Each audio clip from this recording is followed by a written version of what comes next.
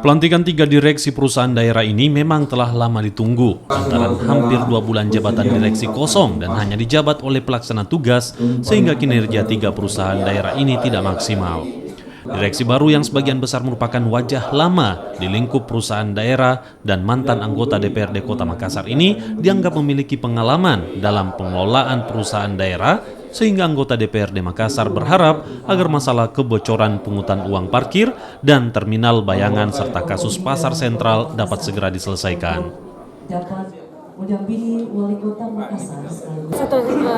Satu contohnya parkir. Kita tahu kan selama ini parkir begitu semrawutnya, dan itu juga kan berakibat pada pendapatan daerah kan.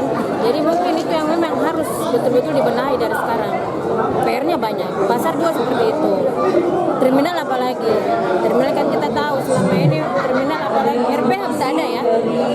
Terminal juga seperti itu karena kita tahu kan ada beberapa terminal yang alih fungsinya sudah diambil sama provinsi. Itu yang harus kita jaga memang dari sekarang. Adanya MOU dengan pihak ketiga dari PD Parkir bagaimana? Nah itu bagus. Dengan adanya MOU itu berarti membantu nanti PD Parkir kerjanya ke depan seperti apa. Jadi ada